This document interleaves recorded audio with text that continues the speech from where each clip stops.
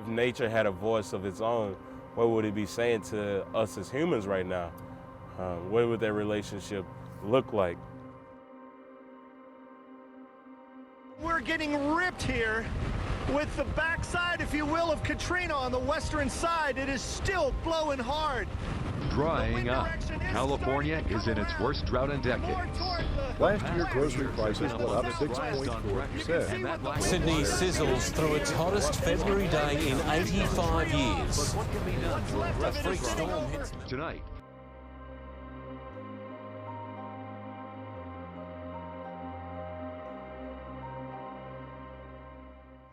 There's a pretty good chance that we'll start to see net negatives from climate change by later this century, but the models don't all agree. Some models say we will go many more decades and actually have some benefits in some places. So it's going to be a case of winners and losers. It is going to be a mosaic across the world, I think, in terms of agricultural impacts.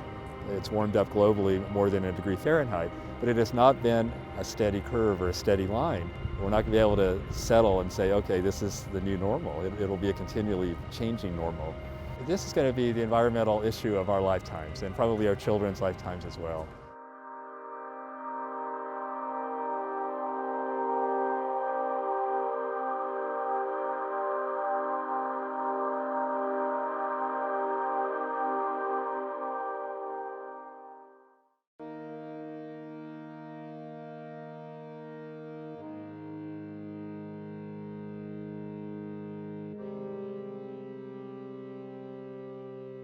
I'm Marguerite Green, and I am a cut flower grower with my own company, Cow Apple Horticulture.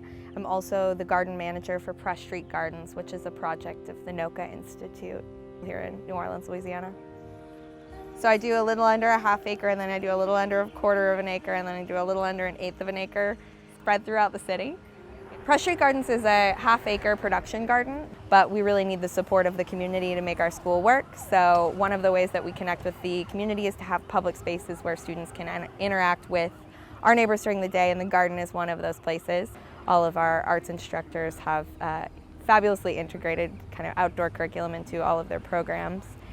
And then lastly, it is a mechanism of raising support. Growing in New Orleans is like a roller coaster ride because it's always either huge periods of drought or weeks where it rains every single day, and then all of your roots rot out almost all year, except for maybe in the dead of winter. We don't associate Katrina with climate change, whether that's correct or incorrect, I don't know. That's not the terms in which the storm is talked about, mainly because the levee system failed, and I think that that's what we all sort of blame it on. There have been a lot of really bad storms. My mom, before Katrina, always talked about Betsy and how Betsy ruined everybody's house. So I think that the damage that would have come if the levees hadn't been breached is something that everybody could have dealt with. I think it was the sitting in floodwater for so long that really cements it in everyone's memory. And so I think that is hard to blame on climate change. That's easier to blame on our levee system, but that's not how we deal with it here, at least not me.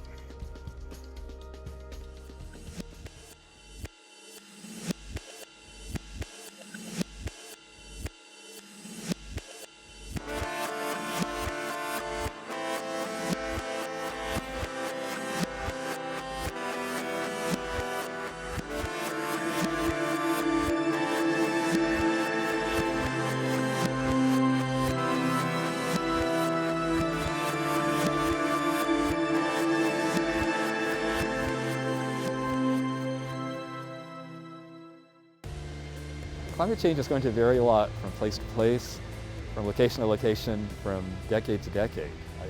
One thing that I think we tend to lock in on is there will be a new climate, different from the current climate, right? Well, it's going to be a moving target. It will be continually evolving. We're not going to be able to settle and say, okay, this is the new normal. It'll be a continually changing normal.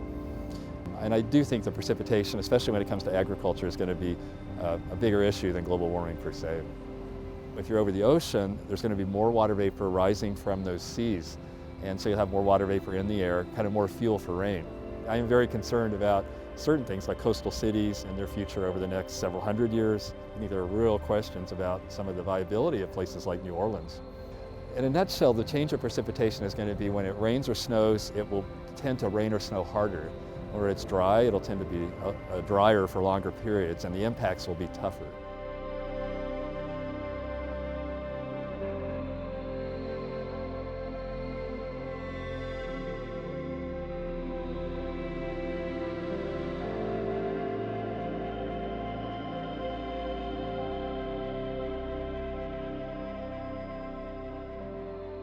My name is Jabari Brown. I'm the site manager here at Grow That Youth Farm.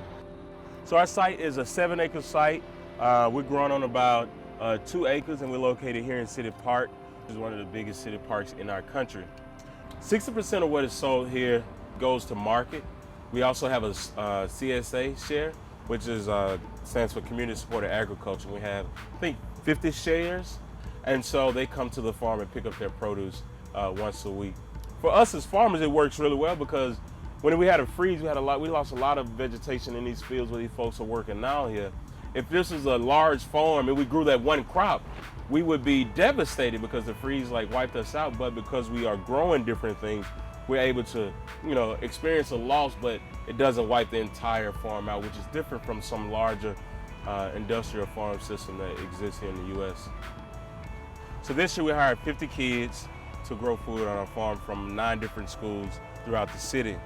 With the motives or idea that we can create the world that doesn't yet exist here on our farm. So diversity is a big thing, all the facets of diversity. Young folks are hired and they start in January and they work to the end of June. And while they're here, 50% of their work, they're actually in the field working, harvesting, weeding, watering the vegetables. Another 50% of their time is spent in workshops or lessons. And some of the things we talk about is our ability to coexist with nature and not to have everything on our farm be growing. A good example of that is right behind me. We have this very low-lying area, very marshy area, and we also have these very old grove of cypress trees. And what it reminds us is New Orleans was and will be a swamp, right? So for us, it's really, really important to teach not only about farming, but to teach about how we can coexist and not be farming everywhere, but to live together. I think the reason that people get into growing and farming is so that they can live how they want to live and work very, very hard, sort of make their own hours or be their own boss. And I don't know that there's a ton of ability for that right now, especially in the city.